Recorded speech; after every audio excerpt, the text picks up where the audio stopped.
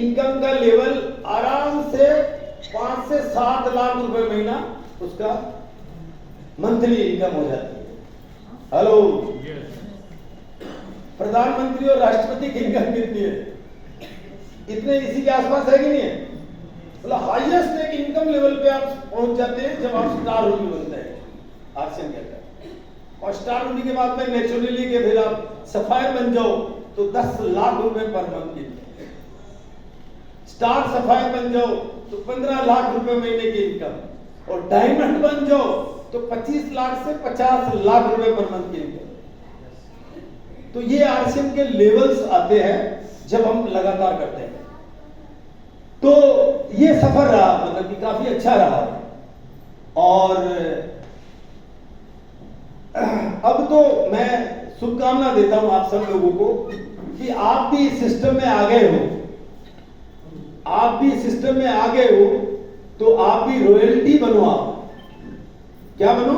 Royalty. जैसे वरुण जी भी उस बात पे कर रहे थे कि रॉयल्टी का इनकम 30-40 हजार से शुरुआत है, और फिर उसके बाद मतलब असल जो जीवन होता है ना, असल जो लाइफ होती है वो रॉयल्टी के बाद कोई चाहे तो, लेकिन ऐसा नहीं है ना, बहुत सारे रॉयल्टी बन करके भी डाउन हो जाते हैं, बट कोई आरसीएम की रॉयल्टी पे आने के बाद कोई चाहे तो अनलिमिटेड इनकम के दरवाजे ओपन हो सकते हैं उसके, वो चाहे तो। एक्चुअली उसमें डिपेंड करता है। जैसे मैंने चाहा कि मैं रॉयल्टी बना, तो फिर मैं फटाफट मैंने जॉब छोड़ दिया। जॉब छोड़ दिया मैं प्राइवेट जॉब करता था, तो नेचुरली प्राइवेट जॉब का तो कोई ज्यादा वैल्यू भी नहीं होता है, मतलब उसमें काम भी बहुत ज्यादा करना पड़ता था। तो मैं 6 महीने के अंदर जो है नौकरी जैसी मैं अपने आप को कहूंगा गुलामी को जो मैंने तिलांजलि दे दी, जिसको कहूंगा हमेशा के लिए।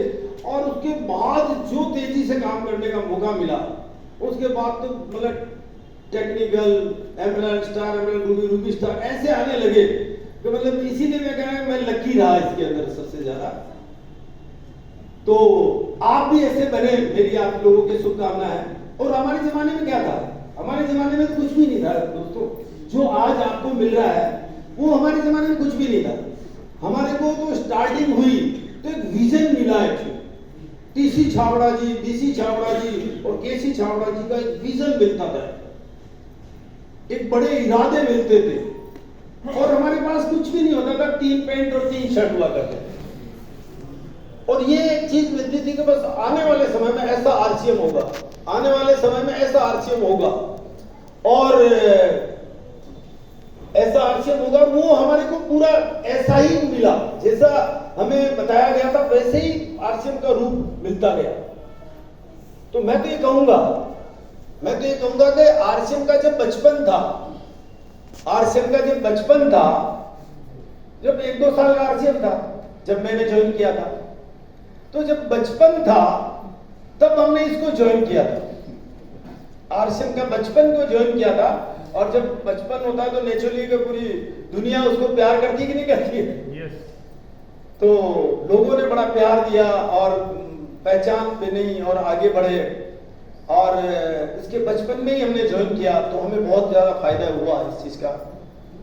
लेकिन उस टाइम आरसीएम में 3 पैंट 3 शर्ट हुआ करते थे, और बातें होती थी कि भाई इसमें ऐसे सैकड़ों प्रोडक्ट आएंगे एक दिन, ऐसा भी होगा। पिकअप सेंटर की बात करूं तो दिल्ली में पहला सेंटर ही मैंने खुलवाया, तो कोई सेंटर ही नहीं हुआ करता था। तो उस जमाने में आप सोचिए, एक ज्वाइनिंग का सबसे बड़ा मतलब कि जो दौर चलता था, ज्वाइनिंग का एक मोमेंटम चलता था, ऐसा चलता था जैसे कि मतलब ना फॉर्म भरते थे हम लोग, और वो भी फॉर्म भी समझ लो मतलब कि जो है कोई 50 ला रहा, कोई 100 ला रहा, कोई 20 ला रहा, 40 ला रहा, ऐसे ज्वाइनिंग्स आती थी हमारे पास। और मेरे को ऐसी घटनाएं याद है मुझे, जब मैं बिहार जाता था तो एक जगह में गया, मतलब छोटे से कस्बे में, और वहां मतलब कि 5000 लोग इकट्ठे हो गए, और 5000 में से 5000 लोगों ने ज्वाइन कर लिया वहां।